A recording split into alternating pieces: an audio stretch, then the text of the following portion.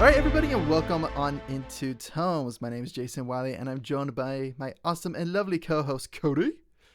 How's it going? It is going good, my friend.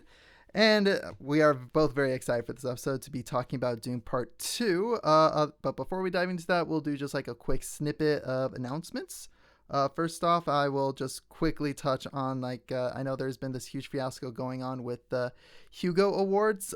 If you want a more detailed breakdown, Daniel Green, who's a booktuber, explains it very well. So I'll leave a link to his video in our channel here, so you can go check that out. Yeah, I am. Best thing is just to watch it. It's a lot easier to watch than to explain. Correct, because even as me and Cody were trying to talk about it, we're just like, how do we simplify this as best as we can? Yup. And But it's just a multi-layered issue. So I'd rather turn you guys to somebody who actually did dedicate and has really done the research into it, versus where me and Cody were like talking about the highlights. right? But Yeah, I am. Other than that, I don't think I did have a ton of news. Not really anything big that I know of. well, this one's more on the gaming news, but Helldivers 2 has been doing amazing. And it's been a ton of fun. It's been fantastic, just because everybody's like been referencing it to Starship Troopers and everything with it. It's just I've been referencing Warhammer with it. I mean, it literally is Starship Troopers just brought to life, Yeah, to be fair. it is. It really is. Super Earth for democracy.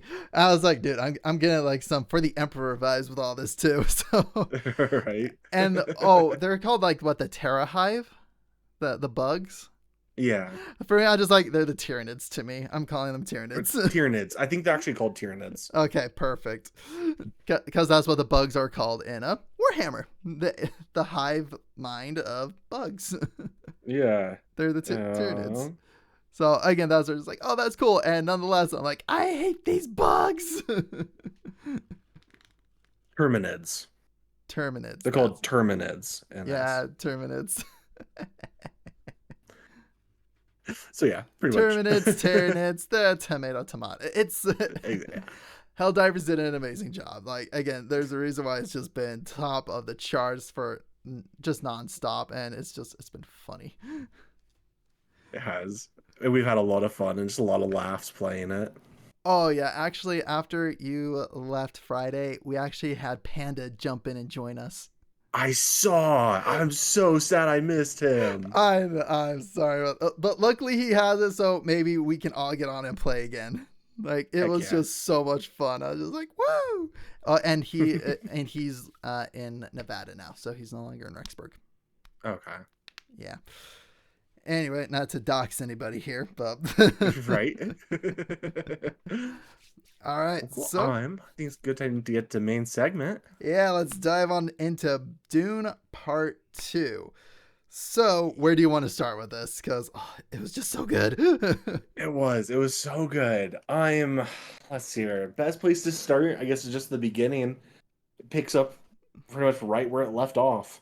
Yeah, it did a really good job with it. Actually, the way, oh my gosh, I'm trying to remember where it opens up on. What does it open up on? Again, I'm blanking. It opens up on the main character and his mom, and they're okay. with Fremen. Okay, yeah, I wasn't sure if that's exactly where, because I was thinking it's like, oh, did it start with the Harkonnens and Rabban, them trying to squash them? But no, I think that's the scene after. Yeah. But yeah, I'm pretty sure it starts literally right where it left off. Like they're just resting after walking. yeah, they're taking a break, and the Harkonnen troops are closing in on them.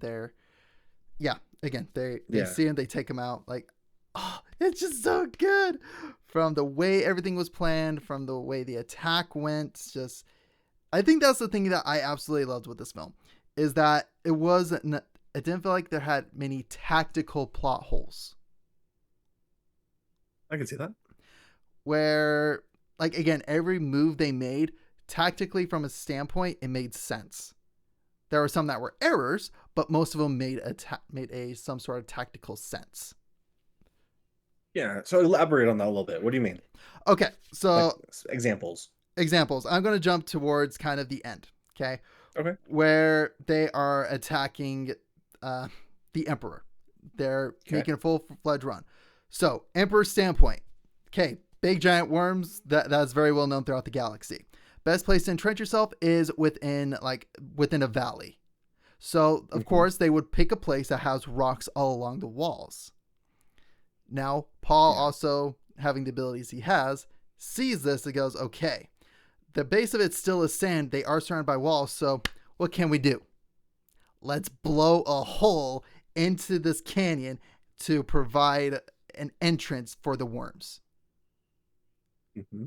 So that's what I mean by tactically sound. Is just like, okay, they did the best with what they got from one standpoint. Then the other side does what's best with what they got.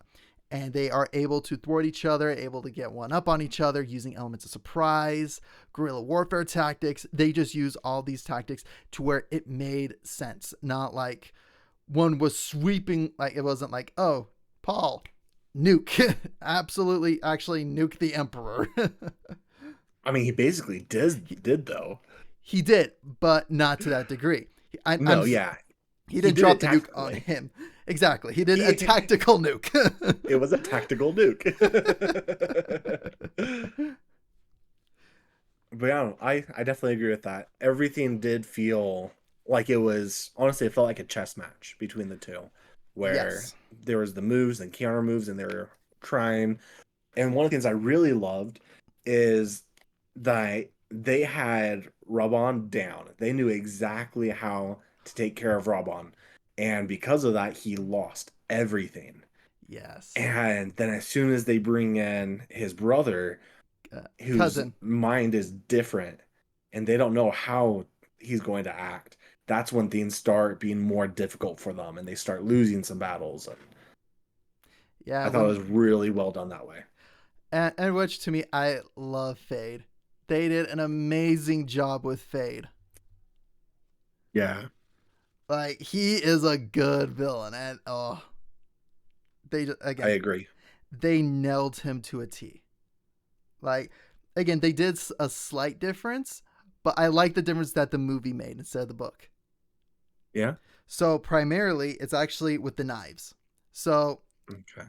this is the scene I was fanboying in the theaters for the gladiatorial arena on Yeah. Reggie Prime, Gady Prime, sorry, Hmm. Gady Prime for Fade's birthday. In the Yes. book, it's Fade's 17th birthday. I think they made him Okay. a bit older, which again, I really don't care about That's at this fine. point. Yeah. But if you notice, he had two knives, a black knife and a Hmm. white knife. Yeah. So in the book, the white knife is generally the knife that has poison on it, Okay. whereas the black knife is usually your going toe to toe knife. So Okay. what Faye did in the book is he actually put poison on the black knife, and the white knife is normal. Gotcha. So again, translating that to the movie, I could see why the director went, we're not going to do the poison part. Instead, we're going to make the white knife be a more sense of honor. Because if you Yeah. notice, as Fade is fighting the slaves, is fighting the House of Treaty soldiers that were captured, the ones that are drugged, he's killing with the black blade. But as soon as he Hmm. gets to the one that is not drugged, he's fighting with the white blade. Yeah. They gave him a more sense of gladiatorial honor, where he is fighting for the thrill of the fight. I can definitely see that. And to me, I was like, I like that choice. That choice was a better choice than the book, in my opinion. Yeah. Because that's something you can actually visually see. You can see him go black knife, slave, black knife him, guy who can actually fight. We're getting in close with the shorter white knife. Okay. So that's one of the things that I was just like, they did so good. I definitely agree. I think they did a lot. They did a lot of symbology throughout all of it, and a lot of things to foreshadow. They made the story not just meaningful, like every detail was meaningful, Mm-hmm. but it all just coalesced together perfectly. There was no loose ends. There was, I mean, like there was no unintentional loose ends. Correct. I am everything had a purpose and everything that was brought up was resolved and it was all just it's all coming together. Mm-hmm. Like, seriously, with this film, a lot of the choices they made were solid choices. Like, they're Hmm. choices that I enjoyed.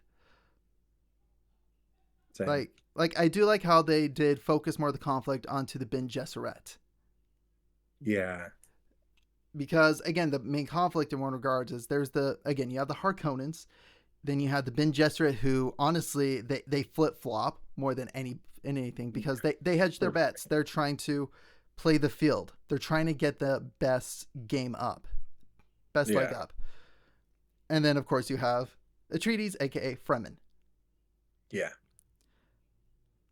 which I love that entire dynamic and the way you see that power struggle. This is part of the reason why I love Dune is you see the power struggle and the plans within plans. Like you just see it all being worked together and it's just it's so good. It really is. Um, I'm not gonna lie, I did not see that plot twist coming. Which one? I am spoiler alert that he's a Harkonnen. Yeah, okay, good. I did keep that from you. Okay. I don't remember if you told me or not, honestly. I don't think you did though. I don't think I did. I don't think I told you that one because I'm like, that's a good one, and I'm curious if they're going to do it. Because Yeah. this one I'm going to start talking about some of the differences between the book and the movie.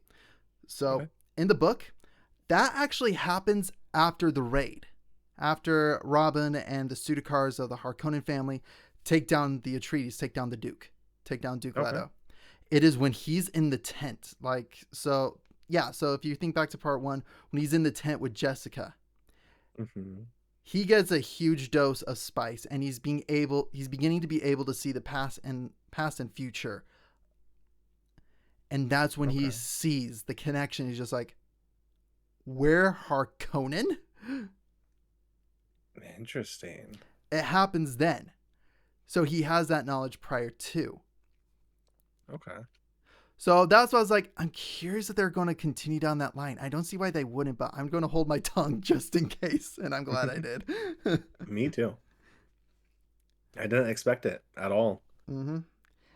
And this is also where they did an amazing job with showing, not telling, with the Ben Gesserit's birthing program. Yeah. Like, they did that so well. I was just like, they showed it. They didn't let us, they didn't go, the Ben Gesserit had this birthing program where they will control what lineage goes through. Da, da, da. No, they just showed it. And it was Yeah. good. It was, honestly. It was so well done. And it's very easy to understand what was going on. Mm-hmm. And it was just simple phrases and simple things. And it was just, yeah. It was the right way to show, not to tell. Correct. And that's what this movie it shined in that regard. Because after Paul gets to Siege Tabir, there is Hmm. a time skip after his mom becomes the Reverend Mother of the Fremen. Yes. It's a time skip to where he has a son. It's like a 4 or 5 year time skip. Oh, with Johnny? Yeah, Chani and Paul have a son that they named Oh, Leto. nice.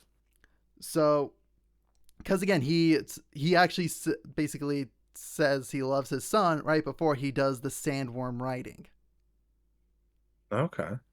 So that kind of scene where, because again, that's when they did very well. Just they took out Leto, the son in it, where it's Chani giving support to Paul as he's about ready to tackle the sandworm.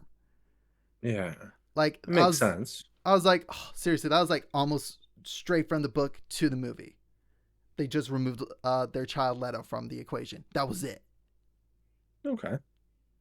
Like, and I understand why they're trying to make this sped up Yeah. because they want this to seem like, oh, this happened. Da, da, da, da. They're trying to make it more fast paced and more action packed, which, again, good call in some regards. Yeah. I liked it. That was well done. It was very well done. But Um, now I'm going to talk to you about the weird part because I want your opinion on it. Okay. Aaliyah, aka Paul's sister, who was talking to Jessica in utero. Okay. Yeah, that was weird. It is That weird. was Is that in the book? I'm guessing it is. No, this is where the time skip Oh, comes in. Because, yes, basically they go, oh, you messed up. Basically, Jessica drinks the water of life, and they're like, oh crap, she's pregnant. What did we do? yeah. Because, again, this is also where, for me, as I've read the other books, I kind of appreciated it in one respect. Because what happened is, so the water of life is the culmination of memories, past experiences of every single Reverend Mother. Mm-hmm. And now a baby has those memories, has that cognizance. Gotcha. They're called preborn, or as Ben Gesserit Okay. calls them, abominations. So the way they're doing it, I was just like, as someone who's read through book 3, I get it. It's still weird. It is still very, very weird. It is really weird. It's like, but I get it. But Yeah. so I'm gonna ask you this question too. So when Paul has the vision of he's following a woman and is seeing death and famine, who do you think it is? I am. I originally I was thinking that it was gonna be the princess, Oh, okay. but then the second time it showed it, it makes it seem like it's Jessica, his mom. Okay. So I'm assuming that it's his mom. That was the impression that it gave. And honestly, it is a very good impression, but this is where I'm going to say it is most likely Aaliyah. Ah, that makes sense too. Because in one respect, as I'm even looking back on it, and again, sorry, this is where Children of Dune, the third book in this installment, Aaliyah is the villain. Aaliyah is the Interesting. bad guy. Mostly, and it's partially because of the whole her taking the water of life while Jessica was pregnant. Yeah. Because again, as I kind of explained it before, you have now all these memories being poured into an unborn child, Yeah. a child that does not have an identity, does not have any purpose, so to speak, as of yet. So Hmm. this is what happens and why they are considered abominations is all these memories, all these lives are trying to possess this child. They're trying to take over the child. Okay. So, as we get into Children of Dune, and the only reason I'm talking about this is I'm not sure we're going to get to this part. If we do, it would be very cool, but I don't think they're going to do it because this would be after part 3. Like this would be Okay. like another time skip and a half. Yeah. But Aaliyah, she finally gets possessed by one of her genetic family members, and that's the Baron, Vladimir Oh, Harkonnen. And he is trying to destroy House Atreides from within by using Aaliyah. interesting. And again, it's just kind of cool that as you've seen this, and for me, as I've read the book, and I can see these strings being woven into all this, I'm like, oh, this is so cool. And I was like, they did so good. Yeah, they definitely laid everything out really well. I'm excited to see either they're going to call it part 2 or they'll call it Dune Messiah or part 3 or Dune Messiah. But I What? know they're going to keep going. Oh yeah, no, they are going because now we're done with book 1. Yeah. We're going into Doom Messiah, which Doom Messiah is a significantly shorter book Okay. because Dune, yeah, we're looking. This is like about 600 pages, over 600 pages. Dune Messiah is barely 300. Gotcha. So and in every respect, what they planned out makes perfect sense because now we have followed Paul's arc. When we get to Dune Messiah, aka part 3, that is Hmm. really the last bit of Paul as the main character, as the focal point. Yeah. Because what this is supposed to kind of illustrate in every regard is kind of the rise and fall of Paul Atreides.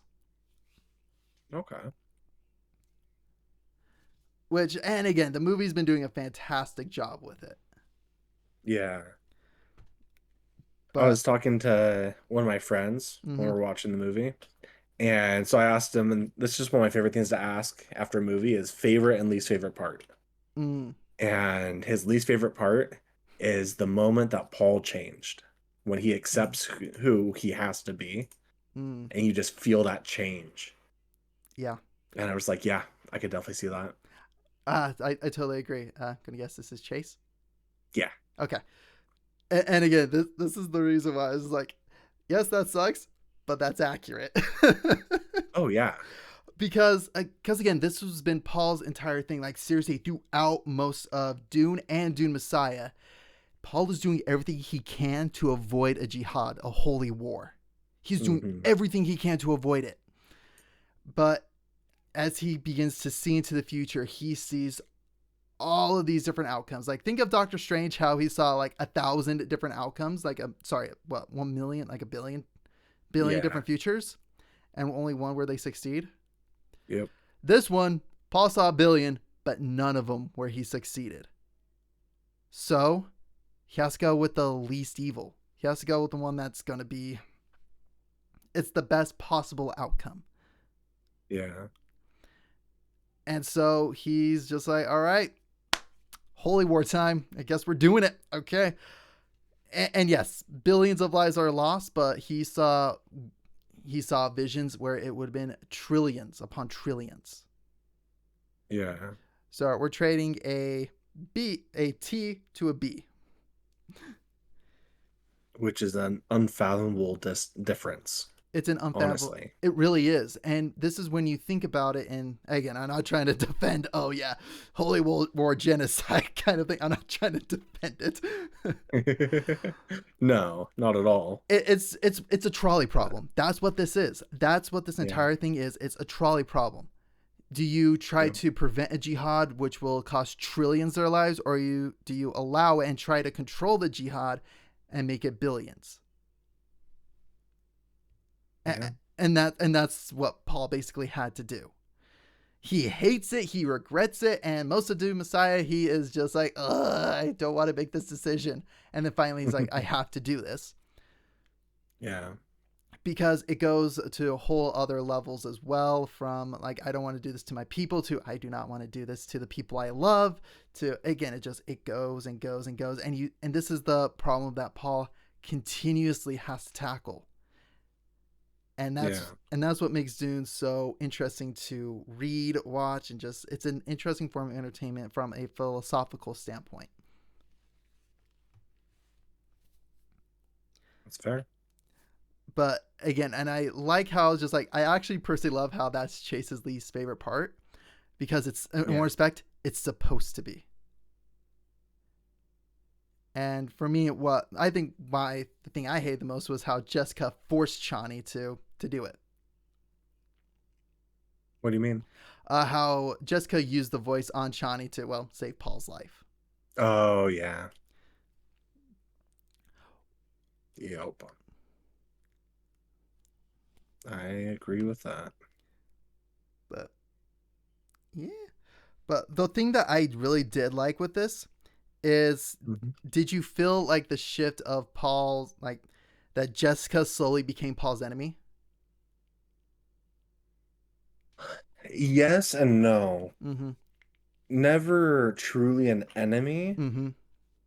More, he was fighting against what she was trying to do. Mm-hmm. I am, and so they were antagonists, but they weren't enemies. They were, again, it was very much more along the lines of differing philosophies to try to get the job done. Whereas Jessica was going, Yeah. the ends justify the means, and Paul was like, we need to do this honorably, kind of thing. Yeah.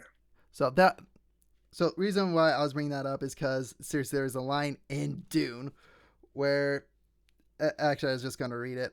Paul sat in the darkness, a single stark thought dominating his awareness. My mother is my enemy. She does not know it, but she is. She is bringing the jihad. She bore me, trained me. She is my enemy. Mm. And I like how we begin seeing her, and as she's talking to Aaliyah in the belly, how it's almost like those two are conspiring for Paul to be that religious leader, the cult leader. Yeah. No, And they he's, really are. oh, they are. And he's just like, I don't want this. I don't want this because Chani doesn't want this. Yeah. And sorry, this is where, guys, we do have a one track brain. If it is to, again, it's the whole saying, happy wife, happy life kind of thing.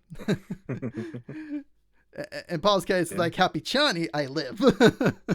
Right. But again, that's just kind of joke. But no, and that's the thing Yeah. I really loved with this movie, is that during that time arc, the quote unquote where the time arc was supposed to happen, Yeah. they develop Chani's and Paul's relationship. They did that really well. They did that beautifully well and masterfully, if I might add. Hmm. Like, it wasn't like in your face, but it was still fantastic. It was subtle enough to where you're like, okay, I see what they're doing. I see why they're doing it. Yeah. But yeah. So, so at least what was your favorite part? My favorite part, I am so this is because it's my favorite part of the first one.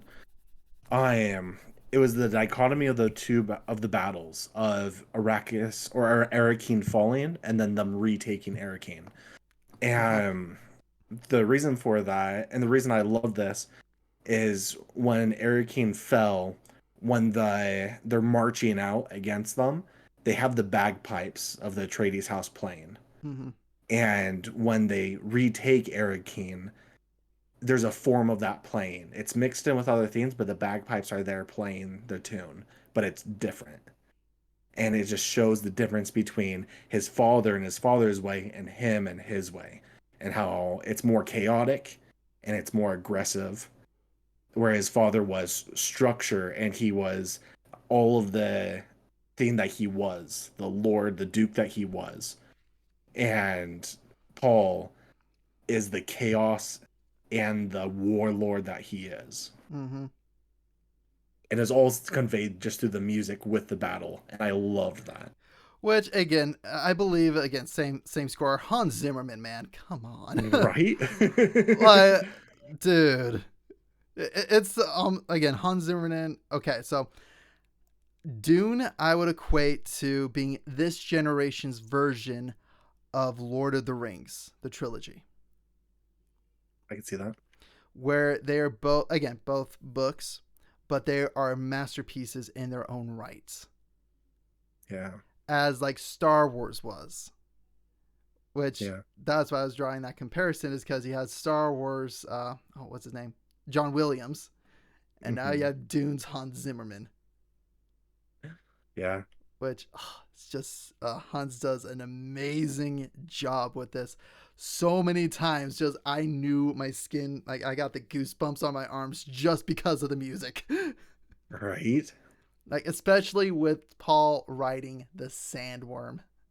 That was so cool. And the attention to details is just perfect. Yeah. Like, yeah, you saw how Paul had to lift up the like scale flaps. Yeah. To control and direct it and all that. Yeah, and the book explains why. It's because then that way the worm won't submerge itself because it's not trying to get sand in between its skins. Yeah. That's why they pull him back like that. I just feel like that makes sense. I Mm-hmm. am in the movie. I just got the feeling that when he was pulling on it, it was most likely causing a little bit of pain, and it was like pulling it up and directing it. Mm-hmm. Yeah, And so it that's just kind of how gives, it yeah, seemed. Yeah, it kind of gives that tug too. Like again, like yeah, riding a horse. It's the horse's bridle, so to speak, exactly. but more manly in the grappling hook way. Right. Well, no, I 100% agree, and I thought it was really well done that they conveyed all of that in the movie with showing, not telling. Exactly. This entire thing was showing. The only time they were telling, they were still showing. Like with Right. anytime with the Ben Gesserit, they're like, "So is it this? Is it that?" Like I love how we see Arulin talking to the Ben Gesserit Reverend Mother, going, and it's just like you see her train of thought just going, "Okay, it's this, it's this." Therefore, Paul Atreides is alive. Yeah. Like, I love how that they're showing that as well. It's more like you're seeing her line of thinking. Yeah. Which, again, I love the casting in this film. Like, everybody nailed. They did a great job with casting. I was very impressed, and everyone was just such great actors in it. There wasn't any bad acting. There wasn't anything that felt like it flopped. The characters sold as their characters. Oh, yeah. Like, they really did. And actually, okay, so one funny thing. So, my parents saw the movie last night. One of the Yeah. things I told my dad is just like, yeah, no, plus side with this is like, yeah, there won't be any singing because, again, they saw Timothy Chalamet and Yeah. Wonka. And then you begin going through the cast. You're like, oh my gosh, all of them have been in musicals. Timothy Chalamet in Wonka, Yeah. Zendaya in The Greatest Showman, Yeah. Harkonnen, the head Harkonnen, Mamma Mia. Really? Yeah, He's in Mamma Mia? yeah, he's in Mamma Mia. Yeah, Victor Oh, Harkonnen. Yeah, he's Mamma Mia. He's also William Turner's dad huh. in Pirates of the Caribbean. Oh, yeah. Yeah, that's him again. Yeah, this one he's just fat. Yeah. Fade, Elvis. Oh, wow. Like, seriously, I was like, go cry me, they can make Dune the musical. But really, though. So I made that comment. I was like, yeah, there's no singing in it. Then I was like, oh wait, technically Gurney sings. Yeah. Which, That was a great part. and factual to the book. So many times in the book do they talk about Gurney's singing and musical affinity. Yeah. Like, he's very skilled. It's just like, yeah, I know. Don't know how many times I've dozed off while Gurney was singing the song. And so the fact they showed it as like him on the and a smuggler just kind of playing like a lute. That was great. I was like, oh, they included it. They included it. Brava. Brava. Right. So, Man. all right. Anything else you want to talk What about? was your what was your favorite My part of it? favorite part is actually the ending. I love the knife fight between Fade and Paul. Yeah? I just love the choreography with it. It is so good. It was. It is. It was really well done. It is the same level of knife fight as a lightsaber fight. With at I could least, definitely. Yeah. yeah, with the thought of the choreography, like everything made perfect sense. It was just so good, and I was seriously on the edge of my seat. My heart was beating. I was like, I already know how this ends, but dang, this is good. Right? That part, like, that was one of my favorite parts in the entire film, just because that and it's Paul riding the worm, just because I felt it. Like, my heart was beating heavy. I was on the edge of my seat. I was sweating. And the one thing I absolutely loved with Dune, no matter how Mm-hmm. many times I've seen and come up and how much I knew about it, I still feel that anxiety of seeing the worms come up. Even Right. even when I know that Paul is going to be writing it, even after that, when they're all getting ready, I was like, oh, it's the worm, it's the worms. They're huge. And then I was just like, oh yeah, that's right. Yeah, they're writing it, but good criminy, does that still instill fear into you? Yeah. And that's just something that it's still captured to even when they ride the sandworms into the battle. I'm just like, oh, they're so screwed. Right. Fremen got this. No, hands down, they got this. Yeah. No, I actually agree. That and that was just so well done, and it was terrifying. It's one of those things we're looking at from the perspective of the shadow cars. I'm just like, they're so dead. There's just nothing they can do. These worms are so massive, they could literally consume all of them. Yeah. I was, yeah, no.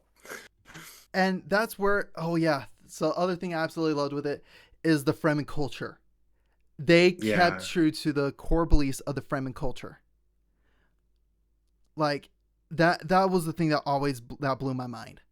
Was because, again, they always talk about the sandworms Shai Hulud, the Hmm. makers of the world. And when you see them right in the battle like that, you're like, yeah, they're makers of the world. Yeah, I see why they worship them as gods. You're right. They ride them, but when that thing's coming right at you, yeah. Yeah.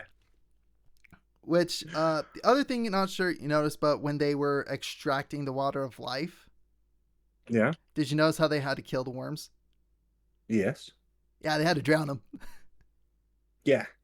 So, in the books, again, they stay true to it. Only way you can kill the sandworms is actually with water. Oh, okay. Water kills the sandworms. Interesting. Which this is what brings the big conflict to Dune right now, at least in the book I'm reading, is again, Paul has said, go and do the Holy War. We're going to bring greenery back to this planet. Yeah. The But that worms means it. the worms make the Go ahead. spice. Worms Ah, make the spice. So, to have a interesting. planet with abundance of water on it, and water will kill the sandworms. There'll be no spice. Correct. So, by bringing forth the lush planet, which is the Fremen's dream, they are then therefore going to destroy the spice. Not to mention kill their gods. Not to mention kill the gods. But that's kind of that is what's the big conflict is like, okay, we promised this, but we still need money coming in. Spice is how they do intergalactic travel. That's the spacing guilds. They still need to find a way to make spice. So that's the struggle they're having right now, the power struggle, so to speak, that Leto II, Paul's son, is beginning to kind of bridge. He's like, how are we going to do this? Well, this is the main problem. If we have a green planet, we're not going to have those sandworms. Without the sandworms, we don't have the spice, because the spice and the worms are the core part of the ecosystem. And that's one thing he's noticed, just like the sandworms are beginning to die out now. Makes sense. And again, That's interesting. Exactly. Now you're like, oh, there's a conflict of interest now. So when Paul goes like, that's why when Paul's like, yeah, we hold a nuke over all the spice areas, like, you wouldn't do it. Paul's like, all right, bet. He's like, you don't know how crazy I am. He's like, okay, you brought this on yourselves. Go. Which I think now that brings us to the ending of the film. Yes. Which is one that I know a lot of people are not the biggest fan of, like the ending, because it's not like, oh, happy ending. I mean, it's not, but I don't feel like it's supposed to be. Oh, no, it's not. It doesn't feel like it's the end of the story. There's so much more. Mm-hmm. And it feels like it opened up to honestly a whole world, honestly a series that they could do of things, because there's just so much potential with this. Yeah, it really is. I would say the more specific part I know a lot of people are not the biggest fan of is Paul choosing Princess Arulin. Because again, yeah, it sucked, but it made sense. And again, that's where I was like, well, you gotta look at it from we're dealing with great houses, we're dealing with like royalty here. Yeah. And sorry, a lot of marriages, especially back in fantasy times, were to negotiate treaties, negotiate pieces, to negotiate a form of peace. And then with Shawnee running off and her doing her own thing, that's the biggest deviation from the book that I have mixed feelings for, but I'm leaving I have high hopes for it, because I'm hoping this is like Shawnee's character arc where she is going to develop and grow a bigger appreciation. But the main... Does she not leave in the book? No, she does not. And actually, I was going to read you the passage here, because because this is the part. Is basically Paul has negotiated what's going to happen. So he's going to all of them. He's like, okay, Stilgar, what do you want? Jessica, what do you want? And this is, again, other deviation. Jessica is like, you know what? Give Caladan to me. I want to go back to Caladan and I want to rule Caladan. And Paul's like, done. Okay. So then he goes to Chani and he's like, okay, and for you, the royal concubine. No top Okay. for me, Chani whispers. Nothing, I beg of you. Paul stared down into her eyes, remembering her suddenly as she had stood once with little Leto in her arms, their child now dead in his violence. I swear to you now, he whispered, that you'll need no title. That woman over there will be my wife, and you but a concubine, because this is a political thing, and we must weld peace out of this moment. Enlist the great house of the Landstrat, we must obey the forms. Yet the princess shall have no more of me than my name. No child of mine, nor touch, nor softness of glance, nor instant of desire. So you say now, Chani says. She glanced across the room at the tall princess. Do you know so little of my son? Jessica whispered. See that princess standing there, so haughty and confident. They say she has pretensions of a literary nature. Let us hope she finds solace in such things. She'll have little else. A bitter laugh escaped Jessica. Think on it, Chani. That princess will have the name, yet she'll live as less than a concubine, never to know a moment of tenderness from the man to whom she's bound. While we, Chani, we who carry the name of concubine, history will call us wives. Interesting. And that's actually the last words of the book. Hmm. Which a lot of people, again, in one respect, I think Disney has has changed our preconception on the happy end. Like the prince marries the non-princess and they live happily ever after. Right. Whereas in Dune, it shows, okay, this is what the noble houses were all about. And the royal concubine, because again, that's what Jessica was to Leto. Yeah. Jessica was the royal concubine. The royal concubine is the one who truly knows the love, the tenderness, is truly in the heart of what we associate with our wives. Whereas Rulin, that's the political marriage. Mm-hmm. She will not bear his children. She will not know who Paul really is. Unlike you, Chani. You are his true love, basically. Yeah. So, in one respect, that's where I was just like, I love that ending in the book. And again, I understand why they did the ending they did. Because, again, Yeah. it pushes the conflict more, it pushes it off, and it gives Chani a character arc for the next book, for the next Fair. movie. It keeps her extremely relevant. And... Correct. And that's something I think a lot of us were wanting to see more of, is because in a lot of respects, Chani in the books really isn't a good focus. Like, it's very much more like Chani's there. Yeah. Whereas now in the movies, they're like, we're making Chani a bigger presence. And I like that. Because Chani is a cool character. Yeah. Especially in Messiah. Like, whoo! So many times she's like, that's it. I'm going to kill her, Rulin. I'm going to kill her right now. And if I was like, I'm with you. Okay, I'm with you. We're screwing her over in a bigger way. We don't need to kill her. In fact, her curse is living. Right. So Okay. so that's the one thing I did want to just really emphasize is just in the book, yeah, Chani stays and it goes along with it, but that it's still a form of power, and the way they take Chani is also another form of power as well. It's just two different versions. They're both strong women, Yeah. and this kind of shows it. Oh, I like that. I think that's really well done. Yeah. So, any other thoughts on Dune Part 2 before we give it our rating? No, I want to give my rating. All right. I'm giving it either a 9 or a 10. I'm leaning to 10, though.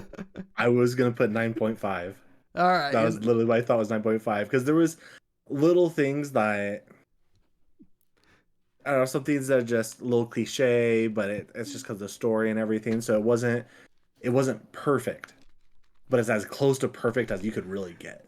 Yeah. So, you know what? 9.5 I think makes sense. Because, again, my dad did bring up one interesting thing that I thought about, and he's like, okay, you know what? There is a bit of validity to it. Yeah. It doesn't really show Paul becoming a leader. It doesn't show that growth of Paul taking on the leadership role. Very much more on That's like fair. the leadership role was thrown at him and he has to accept it. Yeah. So, That's fair. you know, I was like, okay, you know what? That's fair. Again, is Doom Part 2 like the most, is the cinematic perfection? No, but it is really dang close. Yeah. It is, So can I tell you my only thing that bothers me? yes. There is no way the worms have enough to eat to get that big. Mm, yes. And actually, so I'll leave before all this. Like, I was reading like some like science stuff. Like, okay, this is the actually was the worm is the most likely capable of growing to a size of a whale that isn't in water. Yeah. It is the most likely one. Okay. And this is where we have to suspend reality because, again, it's sci fi, fantasy kind of Yes. thing. But this is where, again, yes, the worms, they eat all the sand and they basically poop out the spice. Yeah. No, I get that. It's just because their teeth, everything with it, just it's one of my favorite um YouTubers I like to watch. Mm-hmm. I'm trying to remember. Give me it real quick. I believe it's Roanoke Gaming. Yes. So it's called Roanoke Gaming, and what he does is he goes through and he'll take whatever creature from a game or movie, and he talks about the anatomy and how potentially realistic or unrealistic it is. Mm-hmm. And he was like, okay, and we're gonna try and make this work. So like, I will take it, and if this creature was to exist, this is the exact things that would take for it to create. And I love that. But because that's one of my favorite things to watch, I see this, I'm like, that sandworm has teeth. It has to be eating actual food. Mm-hmm. Like those are sharp teeth. There's nothing that it can actually eat. It eats a metal object. That's not going to give it any nutrition. Like that would not be constantly eating those. And I'm just like, it's things like that where I'm just like, and that's where it is the suspension of reality. Yeah. Although I will tell you one thing that technically they would eat those teeth to eat for Yeah, other worms. that's true. It's It's very true. it's Slither.io, baby. Right? It is like that's straight up what it is. Like actually, in Children of Dune, Leto talks about it. He's just like, yeah, they eat other smaller worms. And that makes sense. That's a good way to put it. But they don't explain any of that. They don't make it to where that, to me, like in the movie where it's like, how do they even exist? That'd be my first question. I'm like, how do things this big exist on a planet that's nothing? Mm-hmm. And this is where you gotta look to Dr. Leah Kynes, who again, she's the planet ecologist. Yeah. Where that was her study. Well, his study. Yeah. But no, like, in one respects, it's like, who? I was gonna say yes, we care, but the general masses, who cares? It's a big giant worm. Right.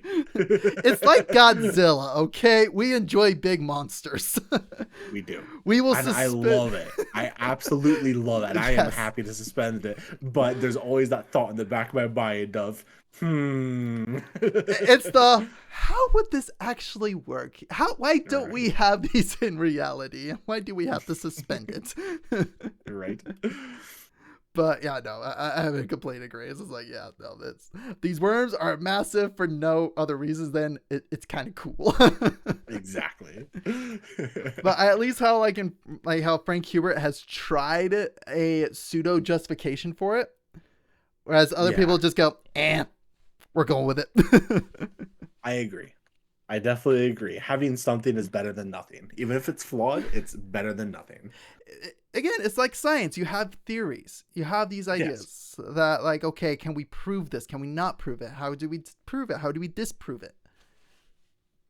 And that's kind of Yeah. and when it comes to make believe. we go with those Yeah. theories and let our imagination run wild. Right. Like, what if there was a spirit for everything and we bonded that spirit to us? We get big swords. We get big swords. Right. Uh, but I think that might be a good place to put the bookmark in for now until we Yes. get Dune Part 3 out, which I'm excited for, but I'm excited to get Part 2 out on and just continuously watch and repeat. Right. See all the things that we missed and Mm-hmm. all of that. And that's I the. am. Oh. Oh, I'm sorry. I have one more thing to talk about. Okay, okay. So, in part one, I am it. So we was having a debate with someone about this, and was Paul when he's talking to Jamis or Janice, Jameis. Jamis, Yeah. Jamis. When has the visions of Jamis and him teaching him. Is Mm. that an alternate reality, or is it him seeing the past of him teaching Chani or someone else? Ooh, good question. And it could be both. Yeah, This is the crazy part with Dude, is it literally could be both. Gotta remember, they are on drugs. right, right.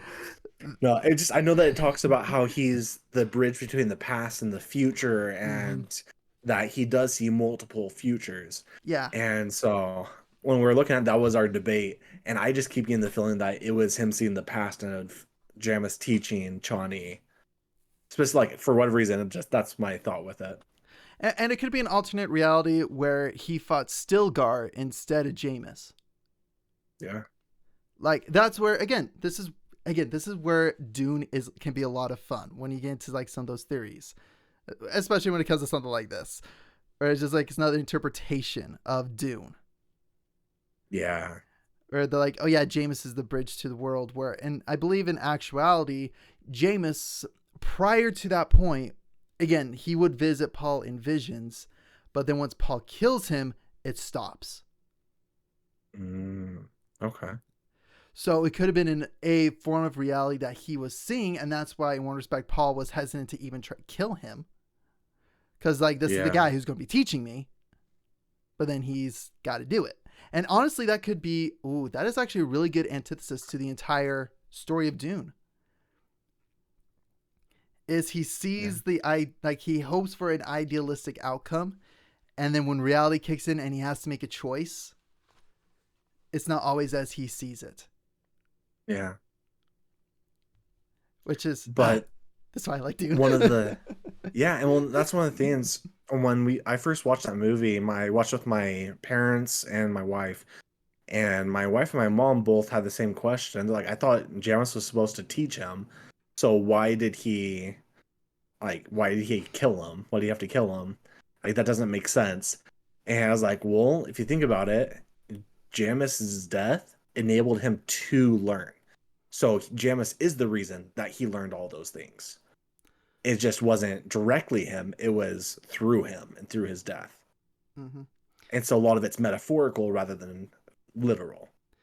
Yeah, and you could also look at it in this regard too, that now that since he has been killed and Paul with the spice, he is now able to interact with Jameis' spirit.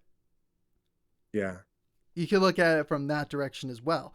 This is where, again, I'm going to use a Doctor Who comments, but it's all timey-wimey, wibbly wobbly.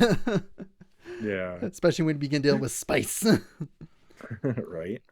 Which one of my favorite memes is just like war on drugs, and it's the girl like shaking her head no, and it's just like war on drugs, and it's got this blue eyes, the nose respirator coming out. Right. Oh, it's funny.